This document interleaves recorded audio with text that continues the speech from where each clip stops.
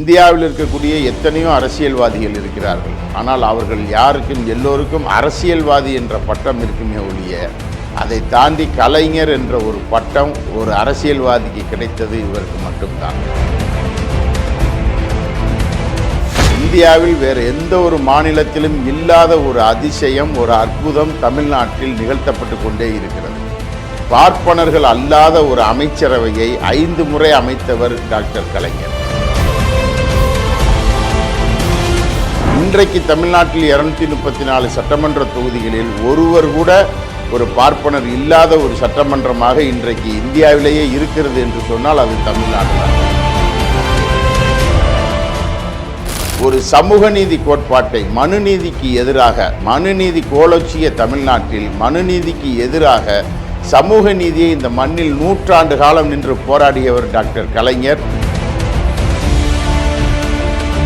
இந்திய அரசியலில் ஒரு அரசியல் தலைவர் கிட்டத்தட்ட ஒரு 50 ஆண்டு காலம் தலைப்புச் செய்தியாக இருந்தவர் இந்திய அரசியலிலேயே கலைஞர் மட்டும்தான்.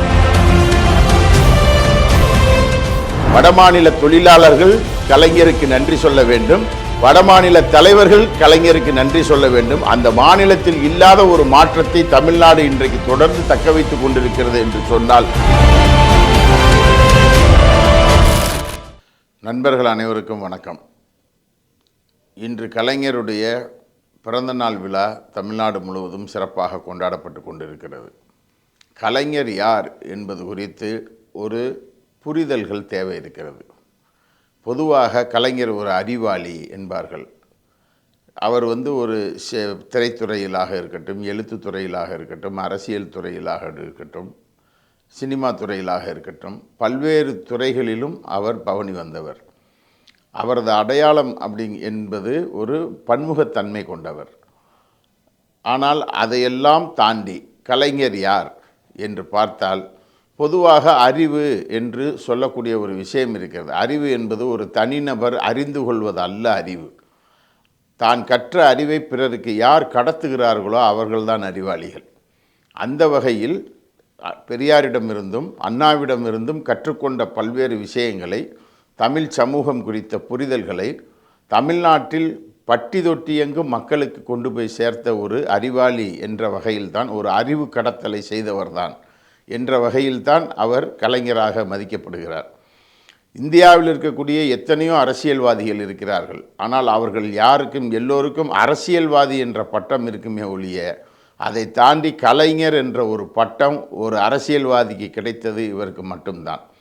அதிலும் முக்கியமாக அவர் ஆற்றிய விஷயங்களிலே ரொம்ப முக்கியமான விஷயமாக இன்றைக்கு தமிழ்நாட்டில் திராவிட முன்னேற்றக் கழகத்தினுடைய அரசாங்கத்தை வீழ்த்த வேண்டும், எப்படியாவது வீழ்த்திவிட வேண்டும், எப்படியாவது வீழ்த்திவிட வேண்டும் என்று எல்லோரும் பேசிக்கொண்டே இருக்கிறார்கள். ஏன் வீழ்த்த வேண்டும் என்ற கேள்வி என்பது இருக்கிறது. எதற்காக வீழ்த்த வேண்டும் என்று சொல்கிறார்கள் என்று சொன்னால், ஒரு விஷயத்தை நான் மீண்டும் மீண்டும் சொல்லிக்கொண்டே இருக்கிறேன். இந்தியாவில் வேறு எந்த ஒரு மாநிலத்திலும் இல்லாத ஒரு அதிசயம், ஒரு அற்புதம் தமிழ்நாட்டில் நிகழ்த்தப்பட்டு கொண்டே இருக்கிறது. பார்ப்பனர்கள் அல்லாத ஒரு அமைச்சரவையை 5 முறை அமைத்தவர் டாக்டர் கலைஞர்.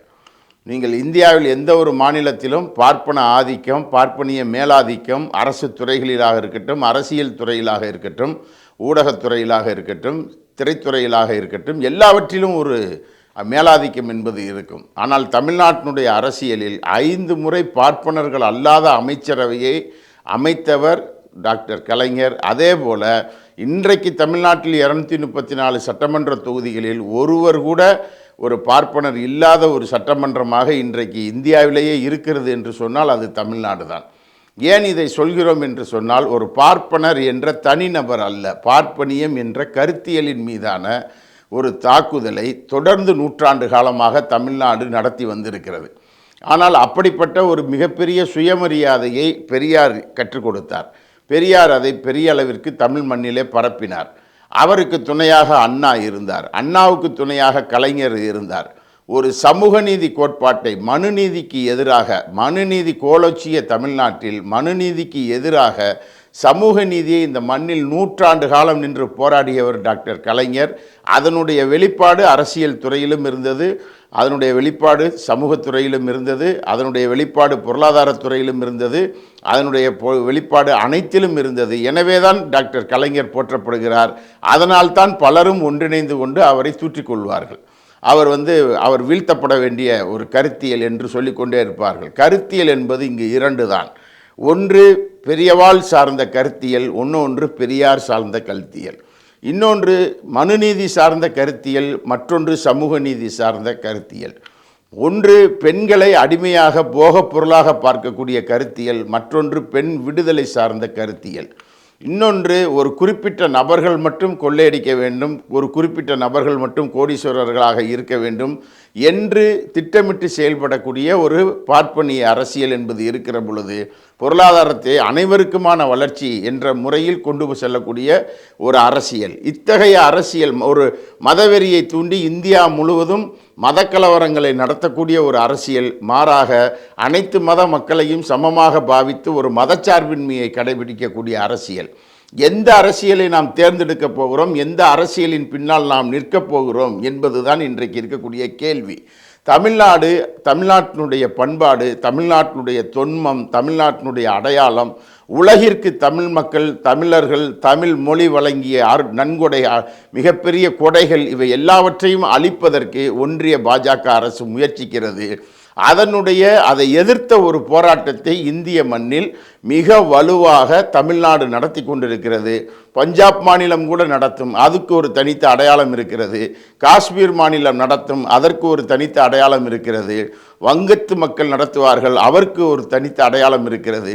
வங்கமும் பஞ்சாபும் காஷ்மீரும் தமிழ்நாடும் இந்தியா என்ற கட்டமைப்பில் இருந்து இன்றைக்கு தமிழ்நாட்டு முதல்வர் பேசுகிறார் அல்லவா, தமிழ்நாடு எப்போதும் அவுட் ஆஃப் கண்ட்ரோல் தான், இந்தியாவிற்கு அவுட் ஆஃப் கண்ட்ரோல், ஒன்றிய அரசிற்கு அவுட் ஆஃப் கண்ட்ரோல், இந்தியாவிற்கு என்று சொல்லக்கூடாது, ஏன்னா இந்தியாவுக்குள் தான் தமிழ்நாடு இருக்கிறது. ஆனால் ஆட்சியாளர்களுடைய அடக்குமுறைக்கு எதிராக அவுட் ஆஃப் கண்ட்ரோல் தமிழ்நாடு என்றுதான் இன்றைக்கும் அது இருக்கிறது. அதற்கு தமிழர்கள் பெருமை கொள்ள வேண்டிய அவசியம் இருக்கிறது.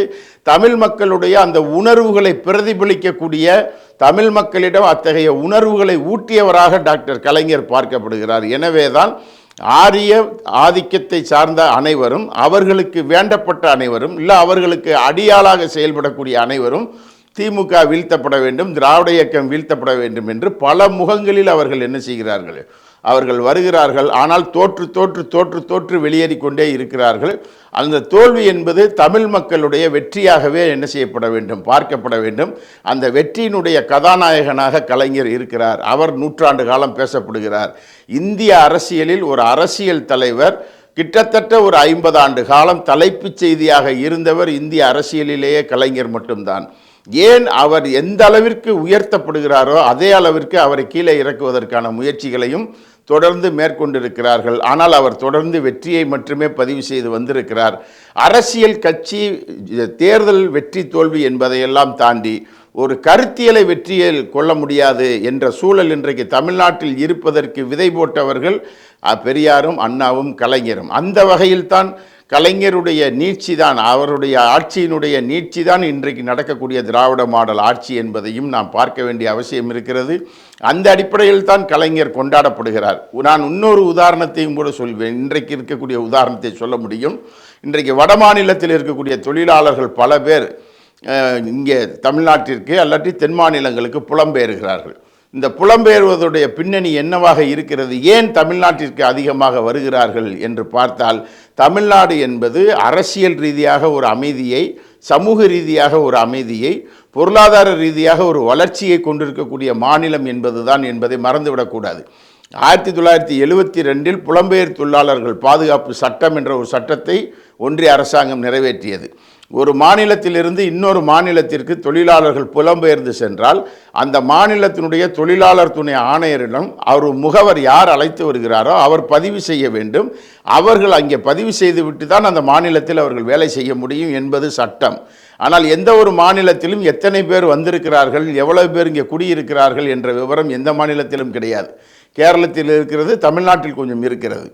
ஆனால் இங்கே இவ்வளவு தூரம் வந்திருக்கக்கூடியவர்களுடைய எண்ணிக்கை எவ்வளவு என்று பார்த்தால் கிட்டத்தட்ட 1.5 கோடி பேர் வடமாநிலத்தினுடைய தொழிலாளர்கள் தென் மாநிலங்களுக்கு புலம்பெயர்ந்திருக்கிறார்கள்.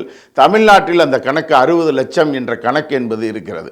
60 லட்சம் பேர் வடமாநிலத்திலிருந்து தமிழ்நாட்டை நோக்கி வந்திருக்கிறார்கள் என்று சொன்னால், அதுவும் தினக்கூலிகளாக வந்து பணியாற்றுகிறார்கள் என்று சொன்னால், அந்த தினக்கூலி என்ற ஏற்பாடே அங்கு இல்லை. அங்கு அரசியல் ரீதியாகவும் சமூக ரீதியாகவும் பொருளாதார ரீதியாகவும் அடிமைப்படுத்தப்பட்ட அந்த மக்கள் தான் தமிழ்நாட்டை நோக்கி படையெடுத்து வந்து கொண்டிருக்கிறார்கள் என்பதை பார்க்க வேண்டும். அவர்களை எல்லாம் இங்கே உள்ளே வைத்து அவர்களுக்கு உணவு வழங்கக்கூடியது, உடை வழங்கக்கூடியது, உரிமை வழங்கக்கூடியது, உறைவிடம் வழங்கக்கூடிய வேலையை இன்றைக்கு தமிழ்நாட்டில் செய்ய முடிகிறது என்று சொன்னால் அதற்கு வித்திட்டவர் டாக்டர் கலைஞர் என்பதை மறந்துவிடக்கூடாது.